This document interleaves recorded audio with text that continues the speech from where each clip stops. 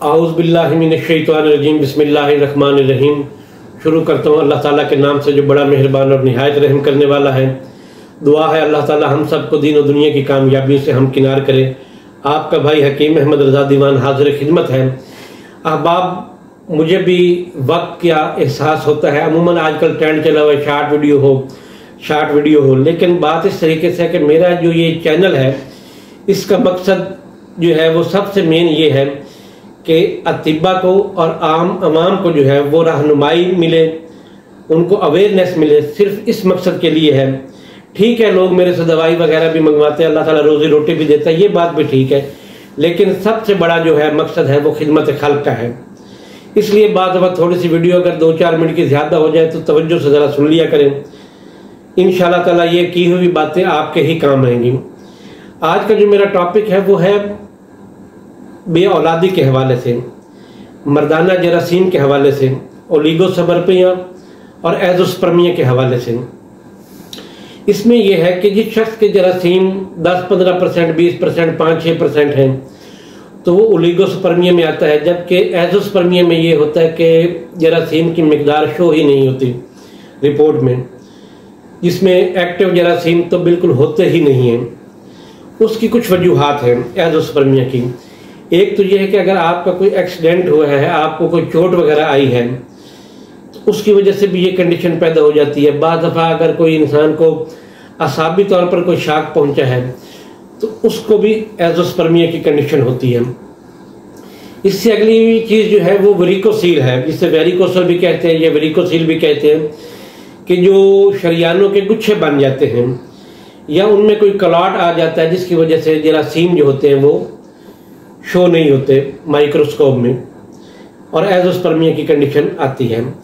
अच्छा, अब ये है कि बाद लोग सिर्फ इसमें एक्टिव स्पर्म देखते हैं, डेड स्पर्म देखते हैं, ये देख लिया कि ओलिगोस्पर्मिया है या एज़ोस्पर्मिया है, लेकिन जो एक काबिल मुआलिज है उसके लिए पूरी रिपोर्ट में एक एक चीज़ जो है वो काबिल गौर होती है। मसलन एक तो उसका जो जरासीम है, उसकी जो मनी है, उसका जो सीमन है, आया कि उसकी जो कंडीशन है वो एसिडिक है या अल्कलाइन है। दूसरा ये है कि इसकी रंगत क्या है। तीसरा ये है कि इसकी क्वांटिटी क्या है और इसका टोटल काउंट कितना है, इसकी नॉर्मल वैल्यू कितनी है, इसमें डेड स्पर्म कितने हैं, इसमें जो है वो एक्टिव कितने हैं और स्लगिश कितने हैं, जिसे आप आजमोए भी कहते हैं। ये तमाम तर चीज़ें जो होती हैं वो रिपोर्ट में एक काबिल मुआलिज देखता है। आजकल जो ये सूरत हाल चली हुई है कि ये स्पर्म को इंक्रीज करती है, ये सफूफ है, वो सफूफ है, मेरे भाई ऐसा वैसा कुछ भी नहीं है।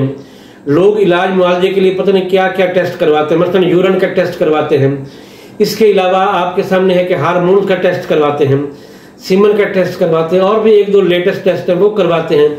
इतने टेस्ट करवाने के बाद जाके तब इन जो काबिल मुआलिज होता है वो इलाज तजवीज़ करता है। चाहे जाए कि आप टिकटॉक के जो है वो नाम निहाद लोगों के पीछे पड़े, उसका कोई फ़ायदा नहीं है। पैसे का भी ज़िया है और वक्त का भी ज़िया है।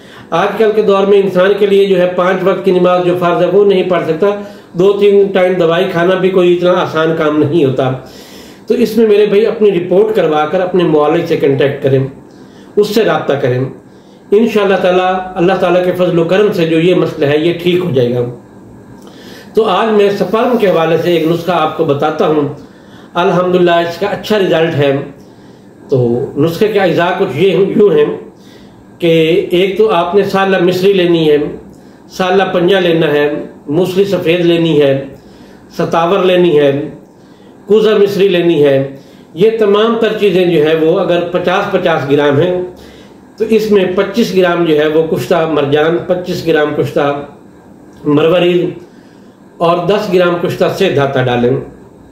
इन तमाम तर दवाइयों को मिक्स करके इसकी आधी चम्मच सुबह निहार, आधी चम्मच असर के टाइम इस्तेमाल करें नीम गर्म दूध के साथ। इंशाअल्लाह ताला जिन लोगों को एक्टिव स्पर्म का मसला है या डेड स्पर्म ज़्यादा है, इस नुस्खे के इस्तेमाल से वो जरासीम की जो रिपोर्ट है वो इंशाअल्लाह ताला काबिल तौलीद हो जाएगी।